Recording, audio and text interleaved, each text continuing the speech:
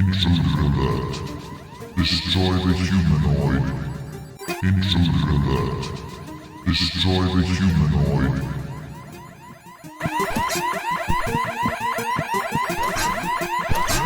Intruder alert. Destroy the humanoid. Intruder alert. Destroy the humanoid.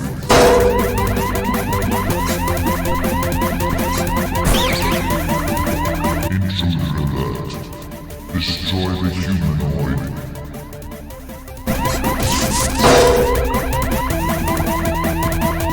Intruder alert. Destroy the humanoid.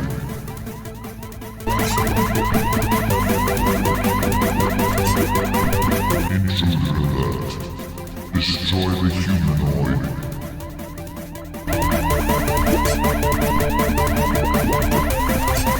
Intruder alert. Destroy the humanoid. Initiating disorientation protocol.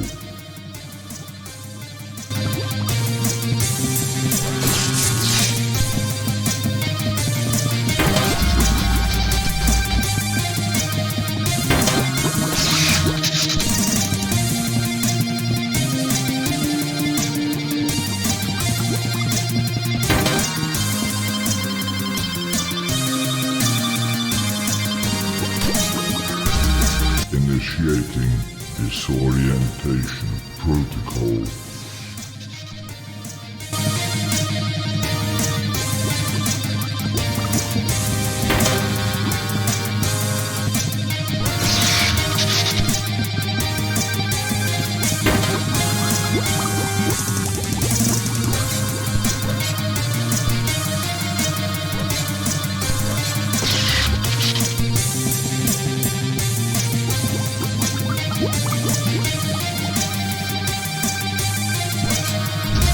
Initiating disorientation protocol.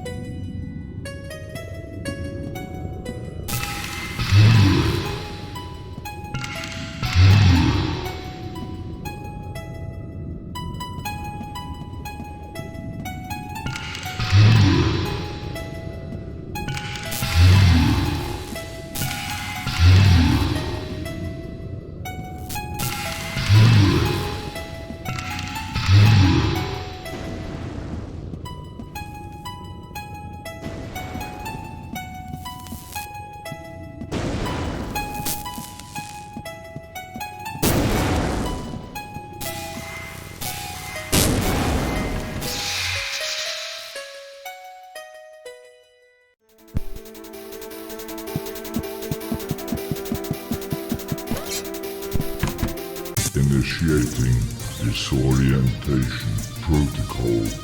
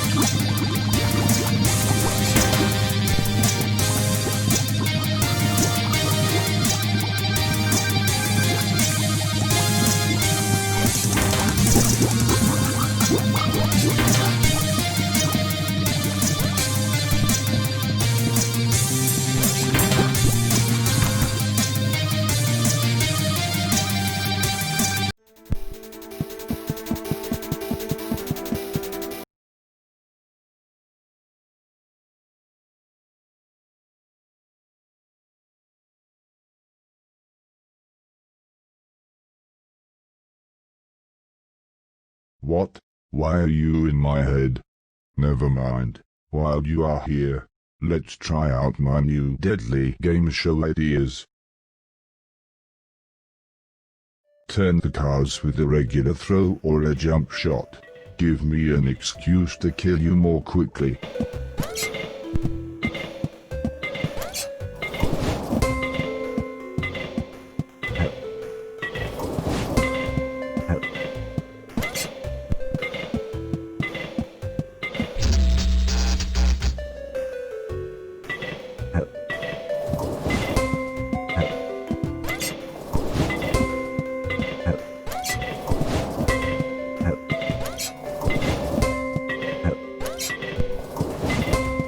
Will the next card be higher or lower?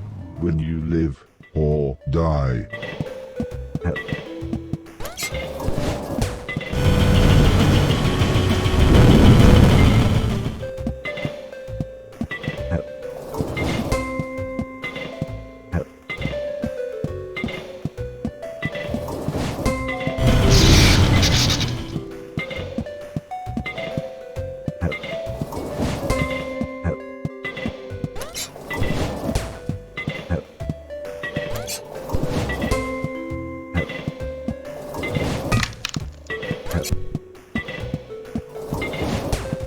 Try and match pairs, while I try to kill you.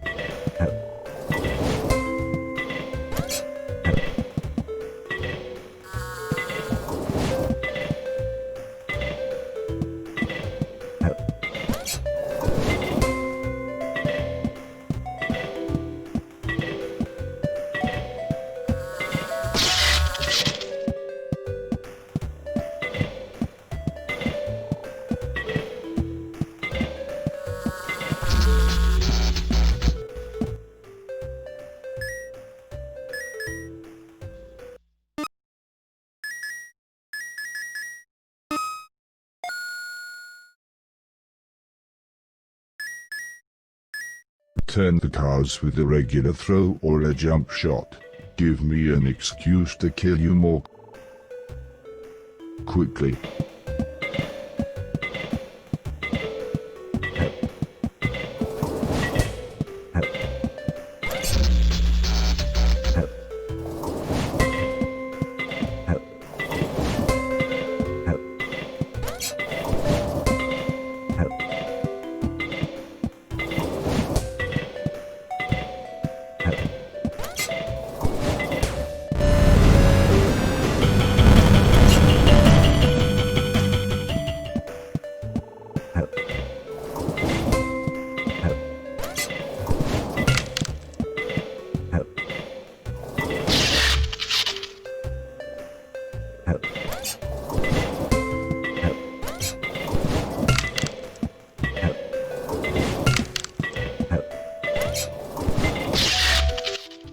top cards with a jump, or the bottom ones with a regular shot. I'll kill you anyway.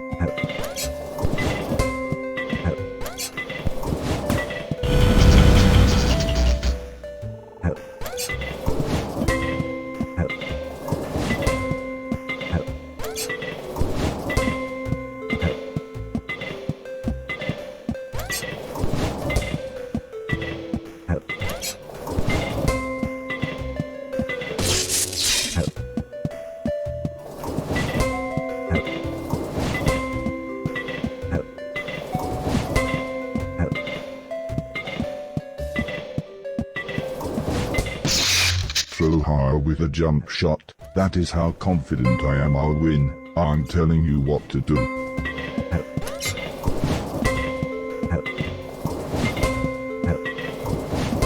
Will the next card be higher or lower? Will you live or die?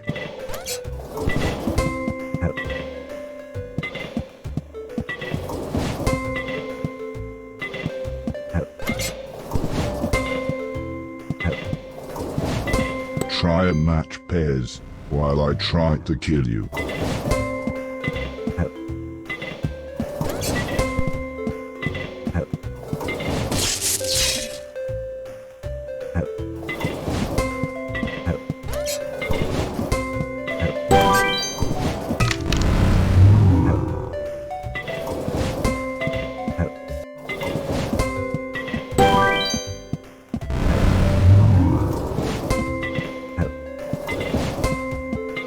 Stop turning my cards over.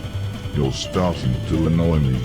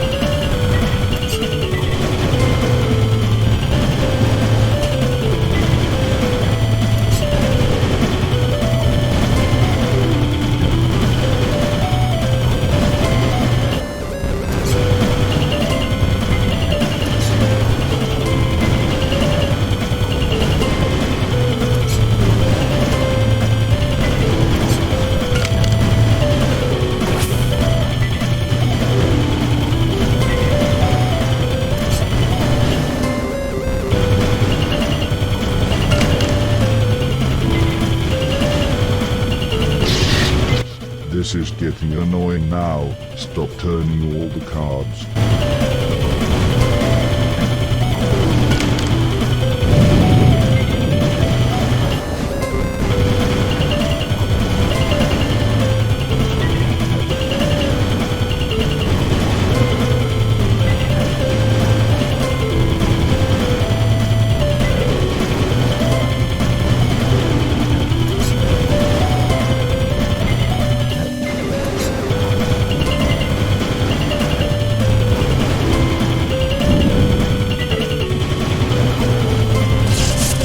Turn my cards back.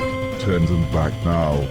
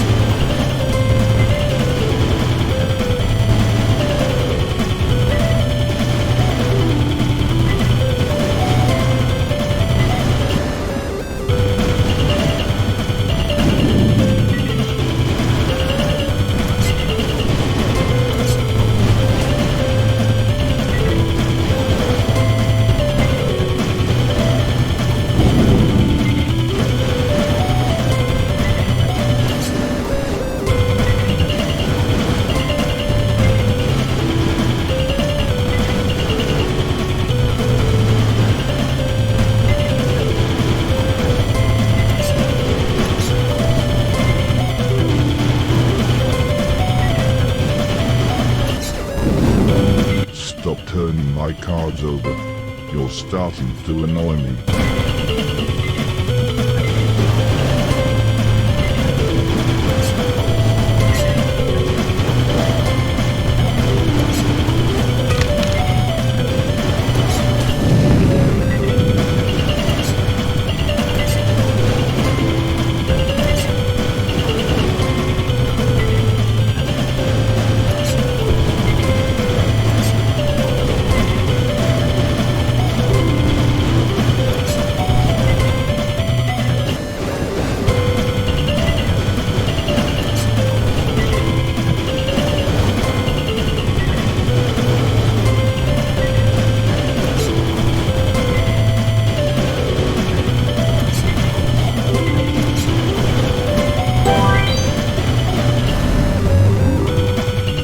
Time for me to meet my maker, I suppose.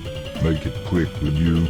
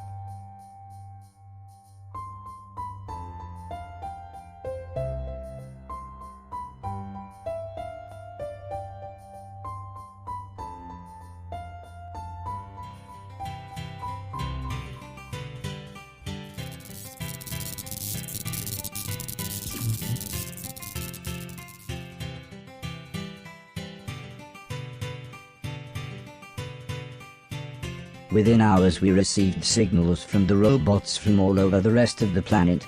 Every one of them more than happy to discuss peace terms.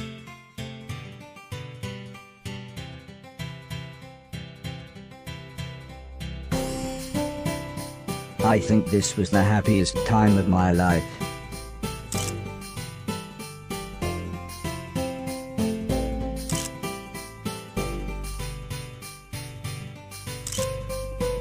Within days, representatives of the surviving robots and humans from all over the world turned up to help organize the formal peace talks.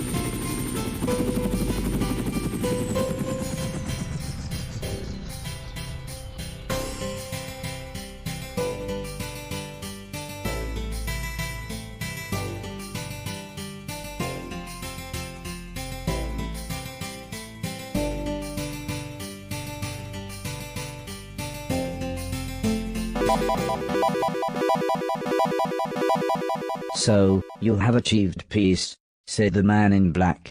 "Well done. Well done indeed." The old lady was obviously surprised. "I didn't realize you had survived. Where on earth are you?" "Would it surprise you," continued the man in black, "if I told you we were in fact not on Earth, but on the moon?" "I knew it," interrupted Mr. Preston. "Secret space, Black Ops, bases on the moon. It's all true." "Yes," explained the man in black. "When the war was all but lost, as a precautionary measure, the great and the good strategically repositioned to the moon." "And now we've saved the day," interrupted Heather. "You want to come back and take all the glory?" No, not at all, young lady. We would like you all to join us on the moon. We'll send a shuttle. That way you can help us plan the new renaissance for the planet."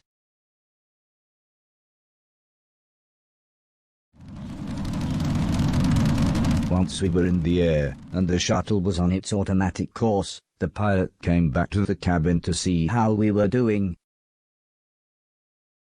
Everyone agreed they were okay, although Mr. Preston was surprised that a secret government spaceship was, as he put it, a piece of junk. "Watch your mouth, kid, or you'll find yourself floating home," said the pilot. "Sorry, I always wanted to say that." Suddenly his expression changed as he was interrupted by a loud alarm. "Everyone buckle up," he shouted as he ran back to the cockpit. "A fuel line has ruptured, things are going to get a bit hairy." Alice was deep in prayer, while Sim tried to explain the crash position to Heather, the old lady and everyone else. Not that Mr. Logan was listening as he jumped to his feet and attempted to extinguish a fire with his jacket. "Barry," said Mr. Preston with a terrified look on his face, "if we don't make it out of this, I want you to know something. I took the money." Mr. Silton looked incredibly angry as Mr. Preston went on to explain how he had double-crossed their associates and taken the money from the post office robbery. "What?" asked Mr. Silton. "You told me you'd lost it." "I told them we'd lost it. They beat you up trying to get it back. What did you even spend it on?" "Drugs," said Mr. Preston with a shrug. This made Mr. Silton start to shout uncontrollably about the stolen money and Mr. Preston being a thief, when, for some reason, Mr. Preston said, "Yeah, and you're a proper c***," which just made Mr. Silton even more angry. It was soon obvious things were not going to get any better, so I ran to the cockpit. I could barely get out the words, "Can I help?" before the pilot said, "Open the airlock, run along the wing to the underside. Open panel 322, take the extinguisher and put the fires out." I was shocked how calm he was, but he just smiled and saluted.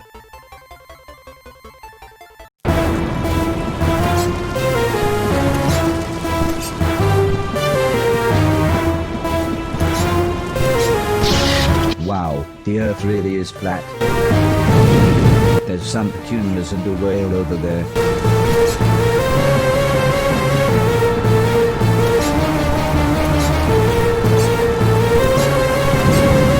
Wow, the Earth really is flat.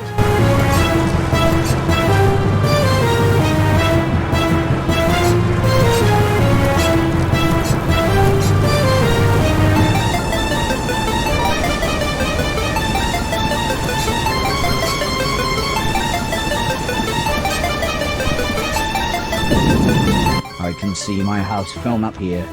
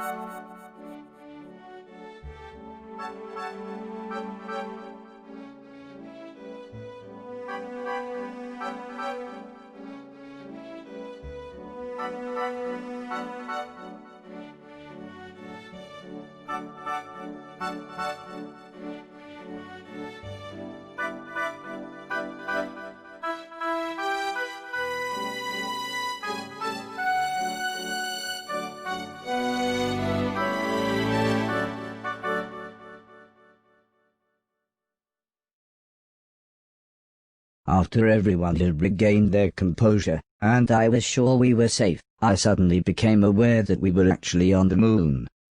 It was as amazing as you would imagine. Everyone had to wear special suits due to the lack of oxygen. But, not needing to breathe, I was fine without one. Heather took lots of photos and even set up a tripod to get one of everyone with the Earth behind us.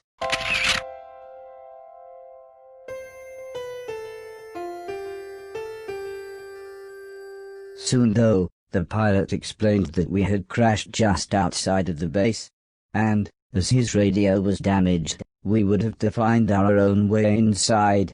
"Don't worry," said the old lady, "we know someone who's very good at finding ways inside."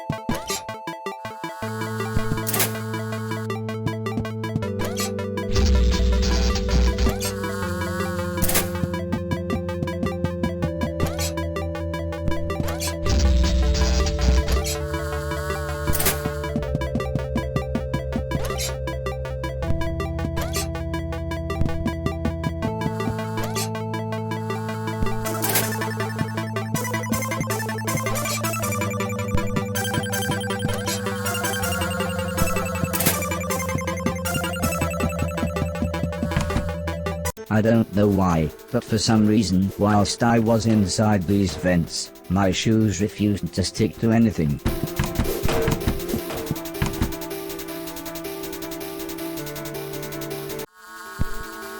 This was very strange. Everything almost looked like they were stage props.